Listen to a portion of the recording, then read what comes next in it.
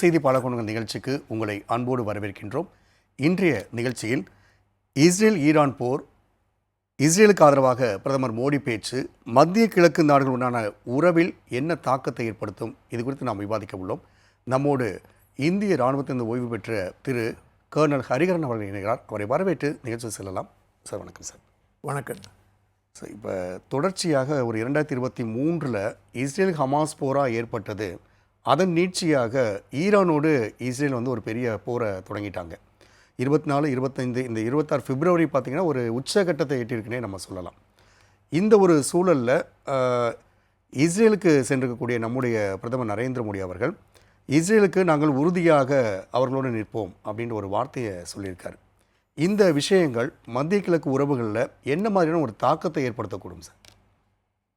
இதை நாம் பார்க்கும்போது தனியாக பார்க்கக்கூடாது. இந்திய ஈரான் உறவு அல்லது இந்திய இஸ்ரேல் உறவு, இல்லைன்னா மத்திய கிழக்கினுடைய இந்தியா, 3 விதமான ஒரு தாக்கங்கள் இருக்குது. ஓகே, முக்கியமாக பார்த்திங்கன்னா யுஎஸ், அதாவது அமெரிக்கா ட்ரம்பின் கீழே என்ன செய்ய போகிறாங்கன்னு தெரியாது யாருக்கும். ஏன்னா அவரே சொல்கிறாரு, அவர் பேச்சையே அவரே மாற்றிடுறாரு நெக்ஸ்ட் டே. அதனால் பல்வேறு நமது வெளியுறவே பல்வேறு தாக்கங்கள் இருக்குது. முக்கியமாக பார்த்திங்கன்னா இஸ்ரேல் இந்திய உறவு அடிப்படையே இராணுவ தளவாடங்கள் அவங்க ஆல்ரெடி யூஸ் பண்ணிகிட்ருக்கோம். முக்கியமாக ஏவுகணைகள்.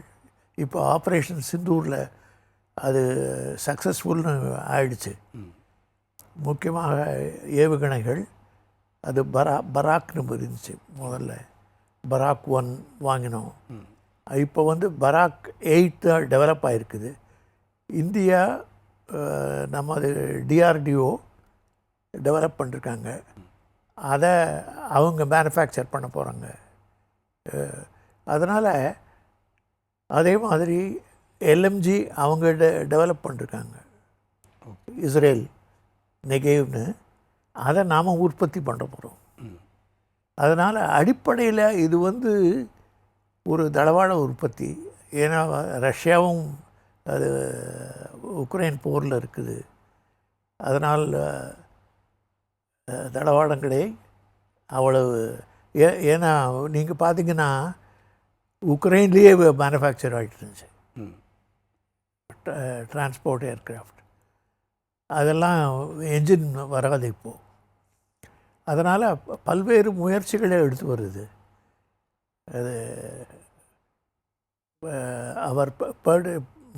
அவர் முக்கியமாக பிரதமர் மோடி, நீங்கள் 1914 பார்த்திங்கன்னா 17க்கு அப்புறம் ஒரு சேஞ்சு.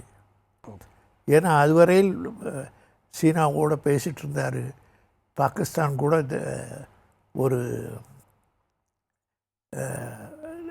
நிலையை மாற்றணும் அப்படின்னு முயற்சித்தார்.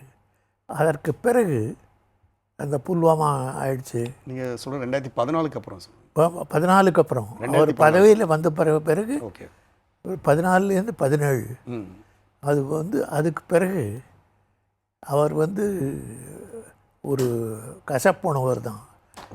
அதை பாகிஸ்தான்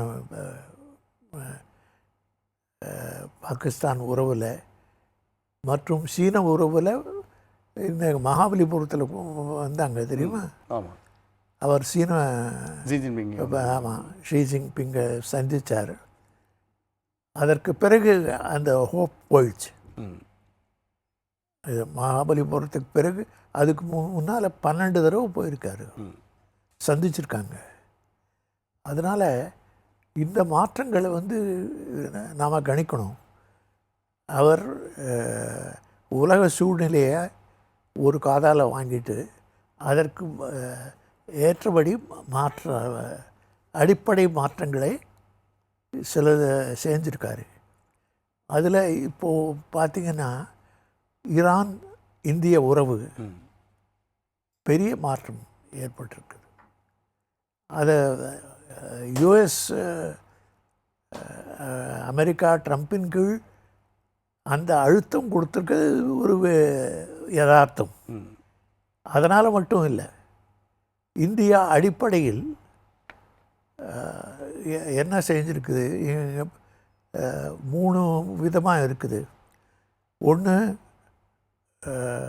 யுனைடெட் அரப் எமிரேட், அது ட்ரம்ப்புக்கு துணை போய் இஸ்ரேலோட இருக்காங்க. அவங்க ஏன் இருக்காங்க அப்படின்னு கேட்டாக்கா, Saudi Arabia, Pakistan, to certain extent Afghanistan, இதில்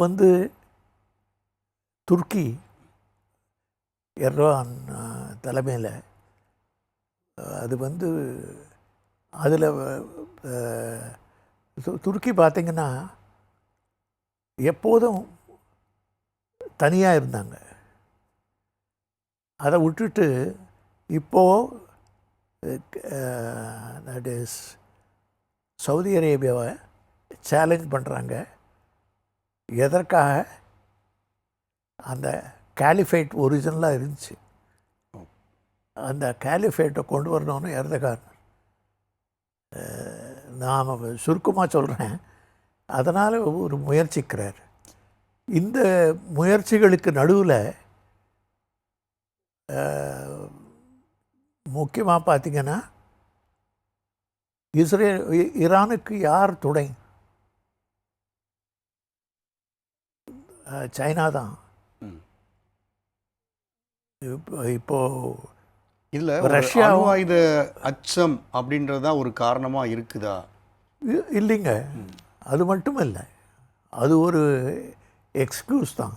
ஓகே, அது அந்த காரணத்தை காட்டி நீங்கள் என்ன வேணாலும் செய்யலாம். இப்போ வெனிசுலாக்குள்ளே போதைப் பொருள்னு சொல்லிட்டு உள்ளே போன மாதிரி இங்கே ஒரு விஷயமா இங்கே எடுத்து கரெக்டு. Okay, correct. அதனால் இது மட்டுமல்ல, இதனால் மோடி நிச்சயம் செய்து விட்டார்னு நினைக்கிறேன் நான். அதாவது ஈரானுடன் அதிகம் உறவு வச்சுட்டு பயனில்லை இந்தியாவுக்கு. மோடிக்கு கீழே பார்த்திங்கன்னா எப்போதும் சொல்லுவார் அவர் நேஷனல் இன்ட்ரெஸ்ட், அதாவது இந்தியாவுக்கு என்ன நன்மை பயக்கும் அதுதான் க்ரைட்டீரியன் அப்படின்னு சொல்லுவார். அதனால் நான் அப்படித்தான் பார்க்குறேன் அவரை. இப்போ நீங்கள் சொல்கிற மாதிரி ஒரு சர்வதேச உறவுகளை பலப்படுத்தக்கூடிய ஒரு இடத்துல மோடி இதை சொல்கிறாருன்னு வச்சுக்கோங்க. இஸ்ரேலுக்கும் அங்கே பாலஸ்தீனத்துக்கான ஒரு சண்டையாக நம்ம பார்த்துட்ருக்கோம் இல்லையா? ஸோ அந்த பாலஸ்தீனத்துக்கு இந்தியா தொடர்ந்து ஆதரவு கொடுத்துட்டு இருக்கும்போது இந்த ஒரு இஸ்ரேலுக்கான ஆதரவு அங்கே பாதிக்காதா? கட்டாயம் பாதிக்கும். அதனால தான் நீங்கள் ஐநா சபையில் பொது சபை ஓட்டிங் வரும்போது இந்தியா பாலஸ்டைன் அங்கே அவர்கள் பகுதியில் வெஸ்ட் பேங்கில் அந்த மேற்கு பகுதி இருக்குது, அவங்க பாலஸ்டைன் தான் குடியேறிருக்காங்க. காசா ஒரு புறம், அதற்கு நடுவில் இஸ்ரேல் இருக்குது, இன்னொரு புறம் பாலஸ்டைன் இருக்காங்க. அங்கே இஸ்ரேலி மக்களை குடியேற்றினாங்க இவர். இதற்கு கண்டனம் தெரிவித்திருக்கார் மோடி அவர்கள். அதனால் அடிப்படையில் அந்த ஆதரவு இந்தியா தான் ஃபஸ்ட்டு பாலஸ்டைனை ஆதரித்து ரெக்கக்னைஸ் பண்ணித்துங்க. இந்தியா தான் ஃபஸ்ட் கண்ட்ரி. யாசர் அரபாத்தில் இங்கே நம்ம ஒரு பெரிய பேச்சுவார்த்தை நடத்திருக்கோம். ஆமாம், அவங்களுக்கு அந்தஸ்து கொடுத்ததே, ஒரு நாடுன்னு அந்தஸ்து கொடுத்ததே அம்பாசிடரே வந்தார் இங்கே. இந்தியாவில் தான் முதல் சந்திப்பாங்க அர்த்தம். அது அடிப்படையில் மாறாது. ஏனெனில் 3 விதமாக பார்க்குறாங்க. இந்தியா ஐநா சபையில் ஓட்டு போடுறதை பார்த்திங்கன்னா ஸ்ரீலங்கா கண்டம் பண்ணி ஓட்டு போட மாட்டாங்க, மனித உரிமை இருந்தாலும். ஏனெனில் அடிப்படையில் இது அதே தான் இஸ்ரேலுக்கும். ஏனெனில் அது ஒரு இன அழிப்புன்றதை 2 பேருமே வச்சிருக்காங்க. தனிப்பட்ட நாடுகளில் அவர்கள் உரிமையில் யூஎன் இன்டர்ஃபியர் பண்ணக்கூடாது. அது ஒரு முக்கியமான இது. ஒரே ஒரு தடவை தான் ஐநாவில் மனித உரிமை சபையில் அந்த மாதிரி ஓட் பண்ணிருக்காங்க. அதனால் இது வந்து அடிப்படை. ஏனெனில் நாளைக்கு பாகிஸ்தான் கொண்டு வரும் காஷ்மீரில், ஹைதராபாத்து, ஜுனகட் அப்படின்னு சொல்லிட்டு இருக்காங்க. அதனால் அந்த தாக்கம் ஏற்படக்கூடாது அப்படின்னு. ஏனெனில் அது வந்து நேஷனல் இன்ட்ரெஸ்ட்டுக்கு ஒத்து வராது. அப்போ இப்போ இருக்க சூழலில் பிரதமருடைய இந்த பேச்சை வந்து நம்ம இந்தியாவுக்கான ஒரு சாதகமாக புரிஞ்சுக்கலாமா? இந்தியாவுக்கு சாதகமாக தான் பண்ணும். ஏனெனில் அவர் இஸ்ரேலில் போய் பேசுகிறத வச்சு பாகிஸ்தான் கிரிட்டிசைஸ் பண்ணலாம், மற்றவங்க யாரும் பண்ண மாட்டாங்க. ஏனெனில் அவங்க உறவே இஸ்ரேலோட ஒரு கேள்விக்குறியாக இருக்குது. அவங்களே கட்டாரில் பேசுகிறாங்க, இஸ்ரேலும் இவங்களும். அதே மாதிரி ஈரானும் யூஎஸும் பேசுகிறாங்க.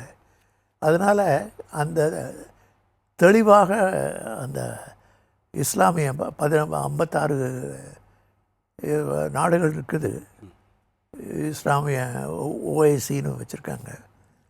அந்த ஆர்கனைசேஷனில் இன்னும் தெளிவாகலை. அது வந்து 3 விதமாக பிரிக்கலாம். ஒன்று வந்து KSA, that is Saudi Arabia. அது மெக்காவை வச்சுருக்காங்க அவங்க. அதனால் அவங்களுக்கு ஒரு தனி உரிமை இருக்குதுன்னு கண்ட்ரோல் பண்ணுறதுக்கு அப்படின்னு நினைக்கிறாங்க. இவர் துருக்கி வந்து ஆட்டோமான் தான். அவர் அந்த கேலிஃபேட் டைமில் ஐரோப்பாவையே ஒரு பகுதி ஆண்டாங்க அவங்க. ஐரோப்பாவில் கிரீஸும் ஒரு பகுதி போலண்டு எல்லாம். அதனால் அது வந்து அவங்க வந்து எர்டோகான் வந்து மீண்டும் நிலைநாட்ட பார்க்குறாங்க. அவர் இதற்கு இடையில் ஆப்பிரிக்க நாடுகள், அங்கே நைஜீரியா இருக்குது. நைஜீரியாவுக்கு எண்ணெய் வளமும் உண்டு. நைஜீரியா முக்கியமான இஸ்லாமிய நாடு. ஒரு மாநிலம் அங்கே Christian, southern Nigeria, but majority அங்கே இஸ்லாமிய நாடு. அதனால் அவங்க வந்து அவங்களுக்கு தனி உரிமை வேணும்னு பார்க்குறாங்க. அதனால் இது ஒரு கரைச்சலாக இருக்குது. கண்டிப்பாக நீங்கள் சொல்கிற மாதிரி வந்து பார்த்தோம்னா உலக நாடுகளில் இருக்கக்கூடிய அந்த உள்கட்சி விவகாரங்களில் ஒரு நாடு தலையிட முடியாது அப்படின்னாலும் இந்தியாவோட எப்பயுமே அவங்க கடைபிடிக்கக்கூடியது சமாதானம் தான். எங்கேயுமே ஒரு போர் இருக்கக்கூடாது, ஒரு சரியான பொருளாதார வளர்ச்சி இருக்கணுன்ற நோக்கி தான் நம்ம பயணிச்சுட்டு இருக்கும்போது இங்கேயும் பிரதமர் மோடியினுடைய பேச்சை நீங்கள் சொன்ன மாதிரி அங்கே பேசுனதை வச்சு நம்ம மொத்தமாக கணக்கிட முடியாது அப்படின்னு சொன்னாலும் உலக அளவில் இந்தியானுடைய உற்றுநோக்கல் வந்து அதிகமாகவே இருக்கும். நம்மளை பார்க்கக்கூடியதும் அதிகமாக இருக்கும் பொழுது இனி வரும் காலங்களில் இது எப்படி மாறப்போகிறது என்பதை நம்ம பொறுத்திருந்து பார்க்கலாம். அரங்கில் வந்து உங்களுக்கு கருத்துக்களை பதிவு செய்ய மிக்க நன்றி சார். மிக்க நன்றிப்பா. நேர்களை மீண்டும் ஒரு நிகழ்ச்சியில் சந்திக்கலாம். நன்றி, வணக்கம்.